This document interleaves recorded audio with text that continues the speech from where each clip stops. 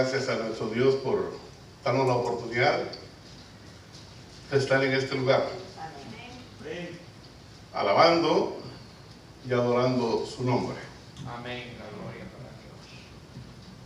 para He Dios. decidido hasta ahora hablar acerca de el porqué de la Iglesia Adventista del Séptimo Día. ¿Por qué Dios levantó este movimiento, el cual se denomina como el remanente de Dios en estos últimos días? ¿Qué significa la palabra remanente? ¿Qué es un remanente? Residuo, lo que queda. Un retazo, un residuo de lo que queda de una pieza de tela. ¿Ve? De una pieza de tela que puede tener 1000 yardas. Y se ha usado esa tela, se han hecho muchos vestidos, mucha ropa. Pero llega al final de muchos años de que hace falta un pedazo de tela para cubrir una necesidad. Y no alcanza. Y va la persona allá a la tienda y dice: disculpe, por casualidad usted tiene un remanente de esta tela. Y dice: mire, exactamente, este es el mismo. Eso es lo que significa remanente. Dios fundó la iglesia apostólica. La iglesia apostólica la fundó el Señor con 12 apóstoles. Esos 12 apóstoles recibieron el apostolado por mandato de Cristo. Dios los instituyó apóstoles. Y sobre ellos fundó la iglesia. Ahora, la cabeza de esa iglesia es ¿quién? Cristo Jesús. Dice que es la principal piedra del ángulo, la cual los edificadores han rechazado. Hoy día mucha gente rechaza a Jesús. Mucha gente se burla de Jesús. Mucha gente ignora a Jesús. Queridos, Dios estableció su iglesia en el año 31 de la era cristiana. Jesús muere en la cruz de Calvario y deja sobre los hombros de aquellos hombres la responsabilidad de la gran comisión de predicar el evangelio. No fue fácil. La nación judía, controlada por el enemigo, se opuso a Jesús, rechazó a Jesús. Dice que a los suyos vino y los suyos ¿qué? No le recibieron, lo desecharon. A los profetas apedreaban. A todo aquel que predicaba la verdad era señalado, era acusado. Levantaban evidencias falsas. Habló contra Moisés, habló contra este lugar santo, para buscar un punto de crítica y de condenación. Así trabaja el diablo, él y sus secuaces. La iglesia siguió adelante. Hemos llegado al año 2019 del siglo XXI. Y aquí está el remanente de esa iglesia apostólica. ¿Por qué es el remanente? Primero, porque esta iglesia tiene dos características claves que identifican a la verdadera iglesia. Aquí está la paciencia de los santos. ¿Los que guardan qué? ¿Cómo dice? ¿Los que guardan qué? Los mandamientos de Jesús. ¿Y tienen qué? La fe de Jesús. La fe de Jesús. Dentro de esos mandamientos de Jesús, que son los 10 mandamientos de la ley de Dios, ahí está la observancia de qué día? Del sábado. La iglesia apostólica guardaba ¿qué? El sábado. Jesús guardaba el sábado. La Virgen María, la madre de Jesús, guardaba el sábado. José guardaba el sábado. Pedro guardaba el sábado. Santiago guardaba el sábado. Tomás guardaba el sábado. El apóstol Pablo guardaba el sábado. El apóstol Juan guardaba el sábado. Hasta Lucas, que era un griego, se unía a la iglesia, guardaba el sábado. Y esta iglesia remanente guarda ¿qué día? El sábado.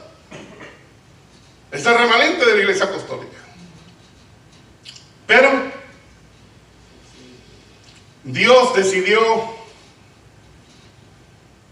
salvar al hombre dándose él mismo como garante por el pecado.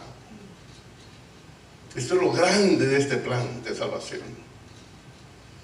Que Dios mismo decide un día venir al planeta Tierra y encarnarse, participar de carne y sangre igual que tú, igual que yo.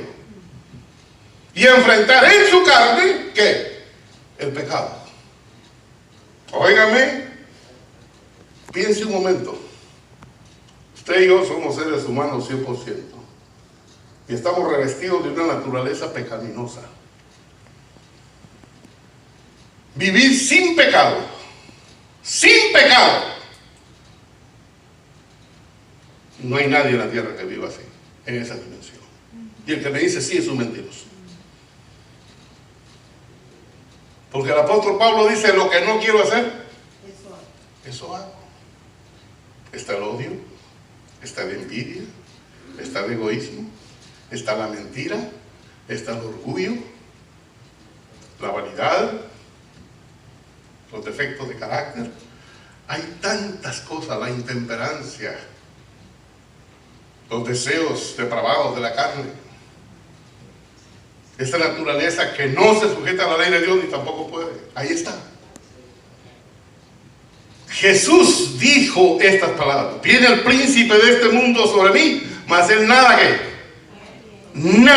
tiene en mí. ¿Quién de vosotros me redarguye de pecado? Óigame, hablar así. Únicamente Dios. Únicamente Jesús, que se convirtió en el garante, en el Salvador por nuestros pecados. Ahora, estamos hablando de la problemática del pecado. Dios le dice a la nación judía: háganme un santuario, quiero morar con ustedes, quiero hacerme uno con ustedes, y háganme el santuario en esta forma. Hicieron el santuario del desierto con dos compartimentos: el lugar santo y el lugar santísimo. Luego el atrio. Prácticamente el santuario tiene 4 compartimentos. Dirán, he oído 3. Está el lugar santo, pero vamos a empezar de afuera. Está el campamento, donde está el pueblo, porque es ahí donde esta gente del campamento va a entrar al santuario. Allá en el campamento estaba Jesús. Él decidió venir de ese campamento, venir de afuera hacia adentro del plan que Dios preparó. Allá está el campamento, está el atrio, está el lugar santo y el lugar santísimo. Se instituyó el plan de sacrificios de animales que prescribían que en un futuro vendría ¿quién? El Mesías. ¿Se acuerdan de Abraham? ¿Qué fue lo que le dijo Dios? Sacrifícame a tu hijo único. ¿Qué hizo Abraham? Preparó el animal, preparó la bestia, montó a Isaac y fueron al monte Moria, allá, a sacrificar a Isaac. Llegaron allá y Dios probando a Abraham. Y le dice a Isaac: Padre mío, aquí está el altar, están las 12 piedras, aquí está la leña, y el cordero, ¿dónde está? Le dice a Abraham: no te preocupes, Dios proveerá. Dijo: mira, ponte ahí. lo ató. Y dice que Abraham agarró el puñal y lo iba a degollar. Cuando lo iba a degollar, el ángel le dijo: no lo hagas. Sé que temes a Dios, no lo hagas. Dijo: mira, ahí hay un cordero, un macho cabrío agarrado ahí de la salsa, carnero. Lo agarró y lo sacrificó. ¿Sabe que en el santuario terrenal, que se degollaban a los corderos para los sacrificios matutinos y vespertinos, en la mañana y en la tarde, en esa forma iba a morir Jesús? Jesús iba a ser degollado por el sumo sacerdote para dar su vida en rescate por la humanidad. Esa era la forma, ese era el plan A. El plan A de Dios. Pero el diablo preparó el plan B y llevó a Jesús ¿a dónde? A la cruz del Calvario. Allí en la cruz del Calvario no la preparó Dios. Esa cruz no la preparó Dios. Esa cruz la preparó ¿quién? Lucifer, el diablo. Para llevar al extremo al Hijo de Dios. Y allí en la cruz del Calvario, en medio de dos ladrones, el Señor entrega su vida. Lo crucificaron.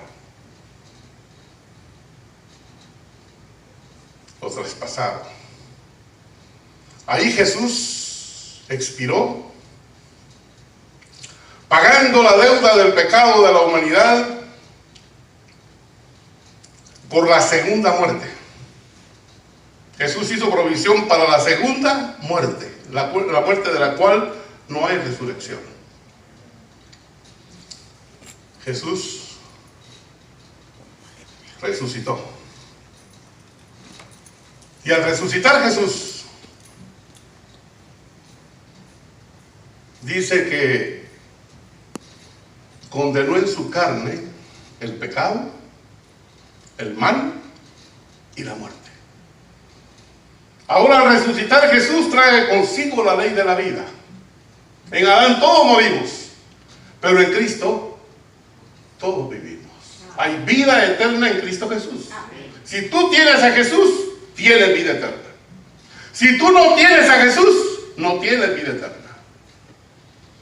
Posiblemente diga: pero yo soy pecador, hermano Mario. Yo peco constantemente. Yo peco. A cada momento peco. ¿Cómo hago para vivir sin pecado? Muy interesante la pregunta. Precisamente para eso vamos a ir al laboratorio. Dios tiene un laboratorio para eso, donde he llevado el pecador arrepentido a ese laboratorio. Gracias, papá. ¿Está frío?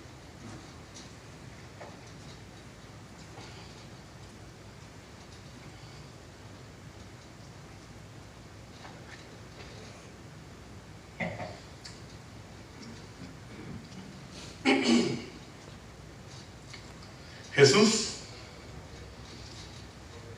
resucita. Y al resucitar, dice Jesús, mandando a la iglesia la gran comisión: por tanto, me seréis testigos en Jerusalén, en Judea, en Samaria y hasta lo último de la tierra. Dice el Señor: todo poder me es dado en el cielo y en la tierra. Les doy poder para que hollen serpientes, echen fuera demonios. Si vean cosas mortíferas, no les harán daño.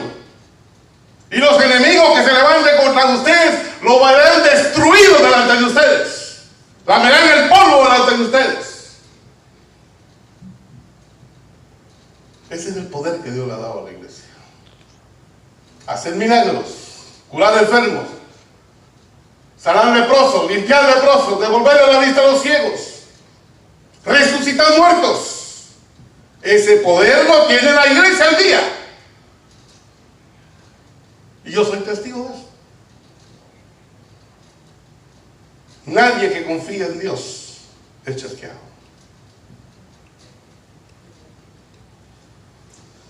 El Señor,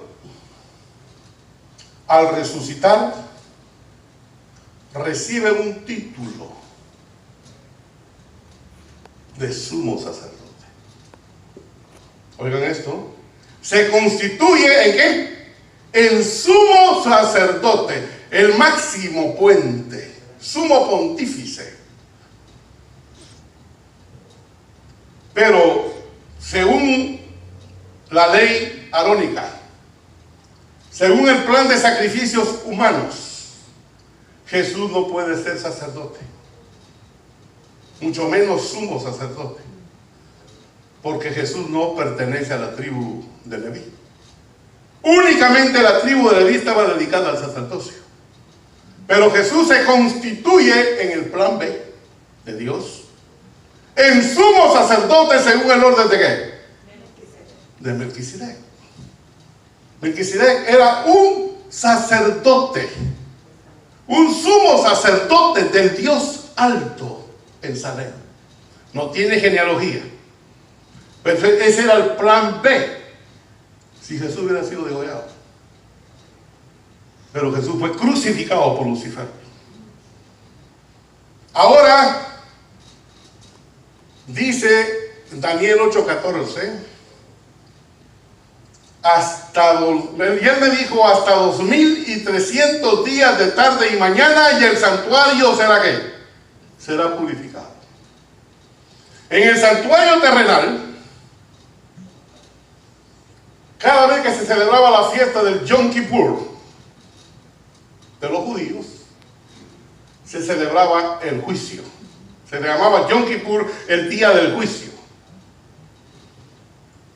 El pueblo judío se reunían en familias, oraban, ayunaban, preparaban sus almas con arrepentimiento para limpiar, que quedara limpio el pueblo completamente de todos sus pecados. Y se tomaban 2 machos de cabrío, 2 cabros, 2 machos de cabrío, uno por Jehová y uno por ¿quién? Por Azazel. Azazel quiere decir el demonio del desierto. Se tomaban los 2 machos de cabrío, se echaban suerte sobre las tribus. Sobre la tribu que caía la suerte, se iba a esa tribu y se echaban suerte sobre las familias. Sobre la familia que caía la suerte, se echaban suerte sobre los varones de esa familia. Sobre el varón que caía la suerte, era llamado a ser responsable de agarrar el macho cabrío Azazel para llevarlo al desierto. Pero antes de eso se tomaban los 2 machos de cabrío y se echaban suerte sobre los 2 machos de cabrío, uno por Jehová y uno por Azazel. Y por el macho cabrío que caía la suerte de Jehová, ese era sacrificado en el nombre de Jehová. El otro macho cabrío se amarraba en el cuerno del altar. Agarraba al sacerdote, el macho cabrío lo degollaba, recibía la sangre en un tazón, abría al macho cabrío, sacaba las vísceras, le echaba sal al macho cabrío y lo ponía en el altar.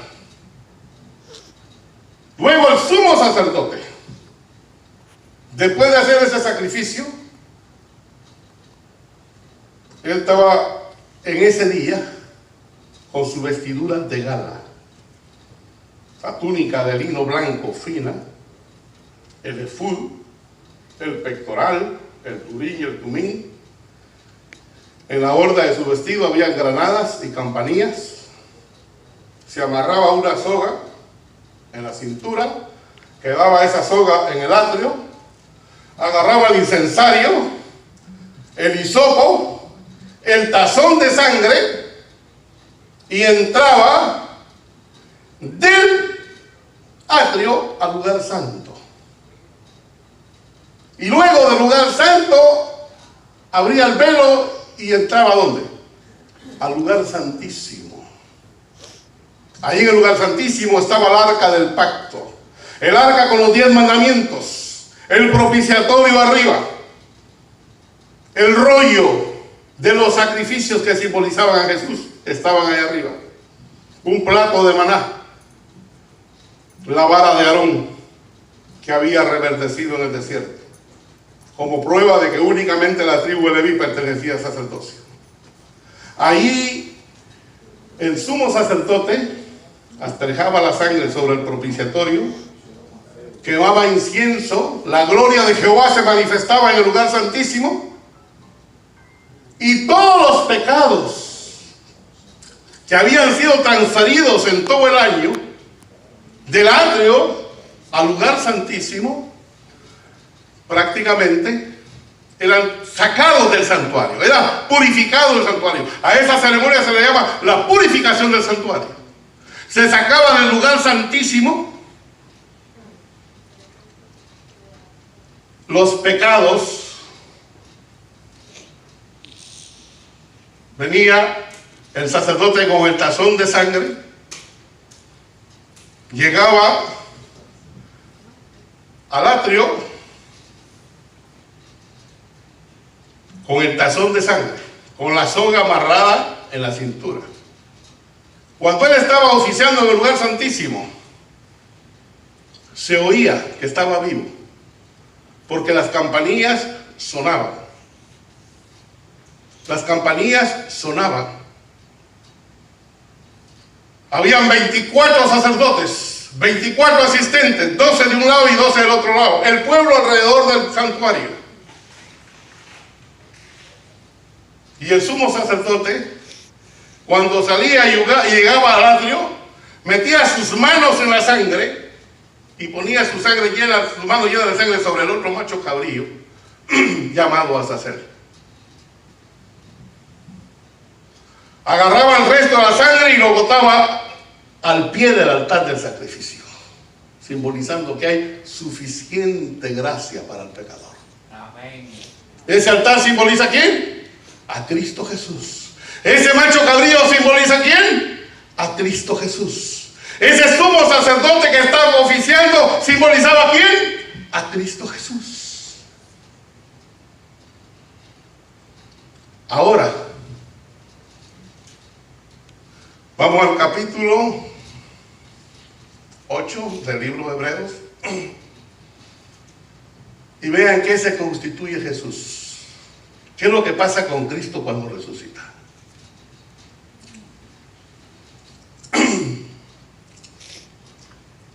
Hebreos 8. Ahora se cambió, miren esto, al morir Jesús se cambiaron los sacrificios. Ya no sacrificios de animales. ¿Sacrificio de qué? Único. El único sacrificio ahora es Cristo Jesús. Jesús se constituye en el sacrificio perfecto por el pecado.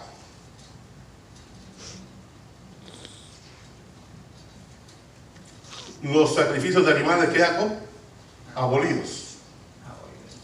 Por eso cuando Juan el Bautista ve a Jesús que viene al río del Jordán a bautizarse, dice, ¿he aquí qué?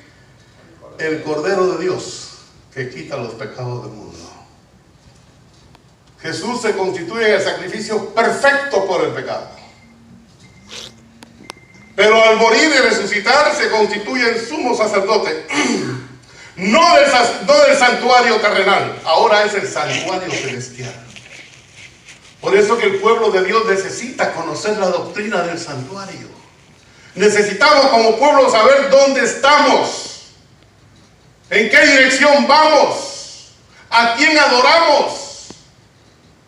Jesús, al resucitar, confirmar su iglesia, asciende al cielo y llega al lugar santo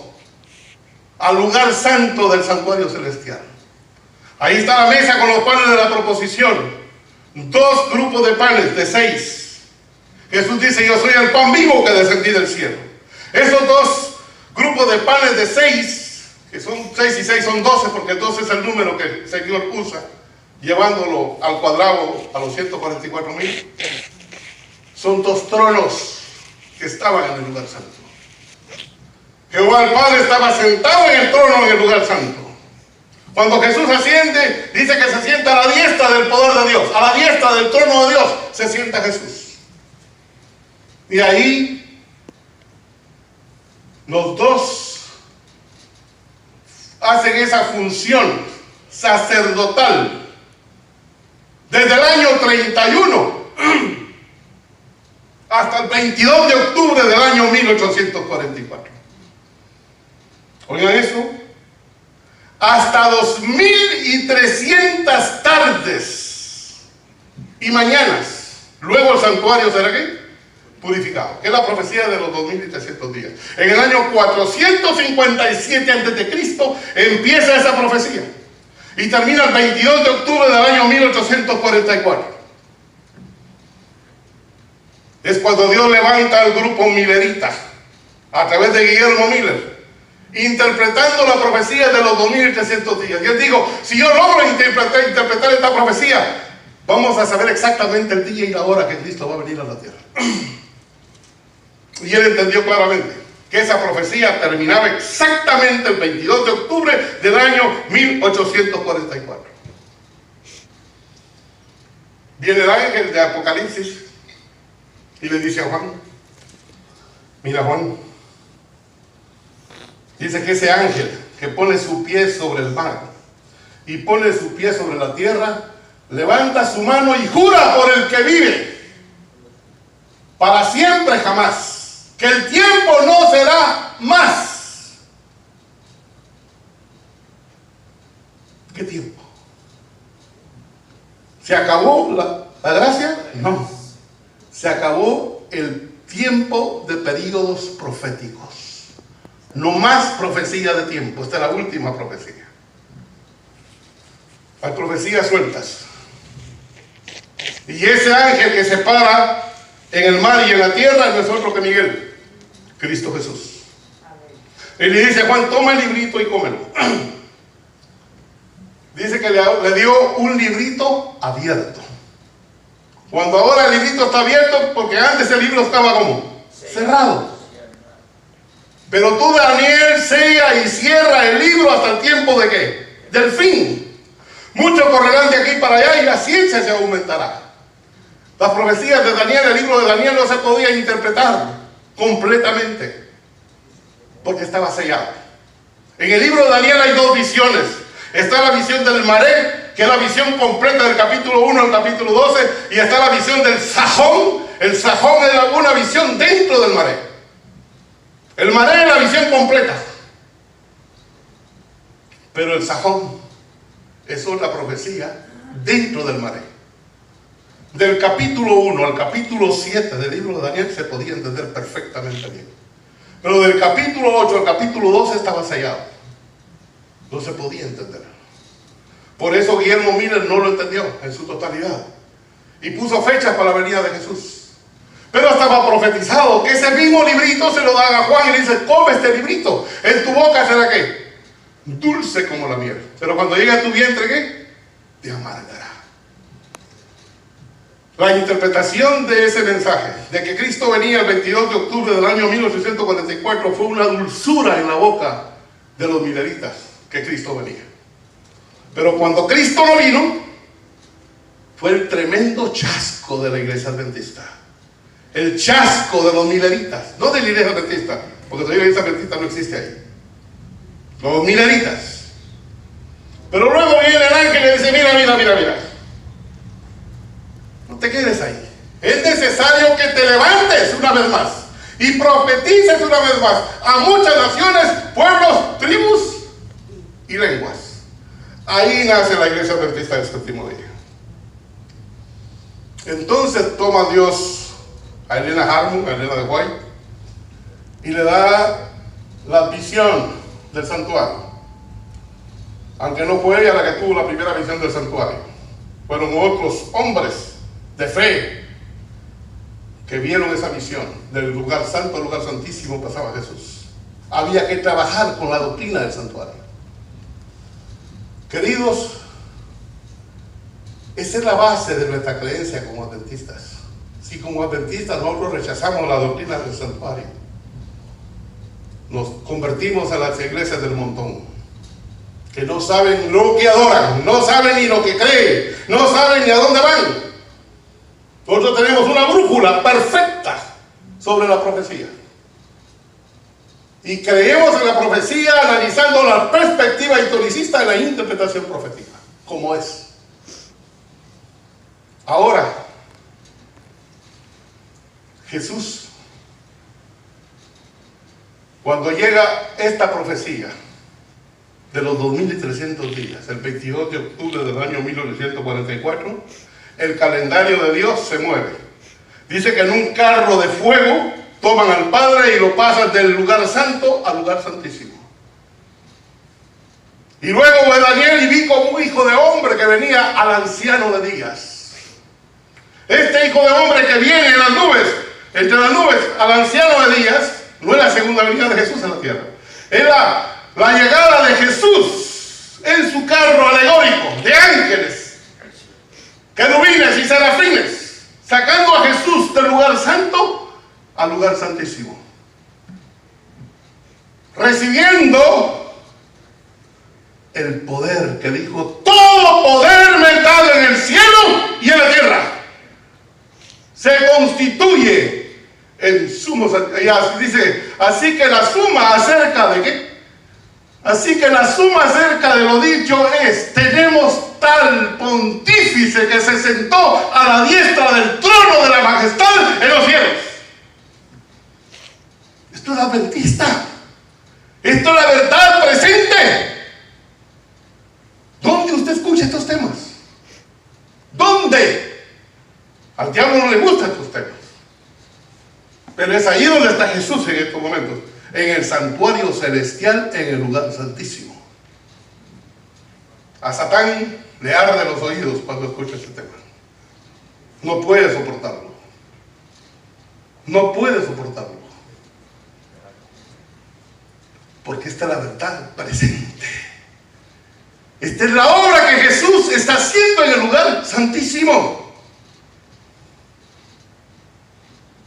Y cuando Él salga de ese lugar, viene con su galardón para recompensar a cada uno según fuere su obra.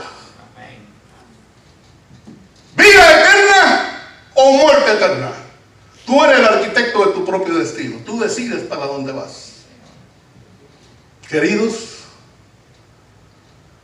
este es el mensaje del primero, segundo y tercer ángel. Temed a Dios y darle gloria. ¿Por qué? Porque la hora de su juicio ha llegado. Hermanos, no tenemos por qué temer lo que viene. La iglesia está siendo estrechada y la iglesia aparentemente está vacía, pero para el cielo no va cualquier cosa. Amén. Gloria a Dios. Los que aman el pecado se quedarán con los pecadores. Los que aman el mundo se quedarán en el mundo. Posiblemente digan: pero yo tengo problemas con mi pecado. Yo peco. ¿Hasta cuántas veces pediré perdón? ¿Hasta cuántas veces perdonaré a mi hermano? Dice Pedro. ¿Hasta 7 veces? Dice el Señor: no, Pedro. Hasta 70 veces 7. ¿Sabe qué significa 70 veces 7? Ese fue el tiempo que Dios le dio a la nación judía. A 70 semanas. 70 por 7, 7 por 0, 0, 7 por 7, 49, 490 años. Así que, si volvemos al 70 y al 7, 7 significa perfección, significa Dios. El 0 significa eternidad. Dios no tiene límite para perdonarte. Dios no tiene límite en su paciencia eterna para perdonarte. ¿Sabe quién eres tú? ¿Conoces tu naturaleza pecaminosa? ¿Sabes en qué fallas? Y aunque caigas, dice, el justo caerá 7 veces y 7 veces ¿qué? Se levantará. Así que agárrate de Dios. Ríndele tu corazón al Señor, que Él es amplio en perdonar. Y tú que me escuchas por internet, te digo: Cristo te ama. Cristo está en función sacerdotal en el santuario celestial. y está a punto de salir del lugar santísimo, está a punto de cerrarse la gracia. Cristo está viniendo. Tenemos que prepararnos, vivir en conexión con Él, porque el que tiene al Hijo tiene la vida. Yo esta noche quiero rendirle mi corazón a Jesús, decirle: Señor, perdóname, por favor limpia mi pecado y ayúdame a vencer mi naturaleza pecaminosa, ayúdame a ser santo como tú eres santo. ¿Quieres hacerlo tú en esta noche también? ¿Quieres ponerte de pie? Vamos a orar. Querido Dios y Padre, te damos las gracias por tu amor y tu misericordia. Perdona las inmundicias, perdona los pecados cometidos contra ti, guárdanos del poder del diablo y de los ángeles, y ayúdanos, Padre eterno, a hacer tu voluntad. Padre amado, despídenos de este lugar, pero nunca de tu presencia. Sé con las peticiones expresadas en esta noche, sé con los enfermos de tu grey, sé con tu iglesia en la ancha faz de la tierra. Prepáranos para encontrarnos contigo. Sé con las almas sinceras que están en todas las iglesias, en el mundo entero, Señor, hay gente que te ama, que serán llamados y unidos a este cuerpo antes que se cierre la gracia. Gracias, Padre amado, por Jesús y su sacrificio hecho en la cruz del Calvario. En su sangre preciosa pedimos estas cosas. Amén y amén. Que el Señor les bendiga, queridos.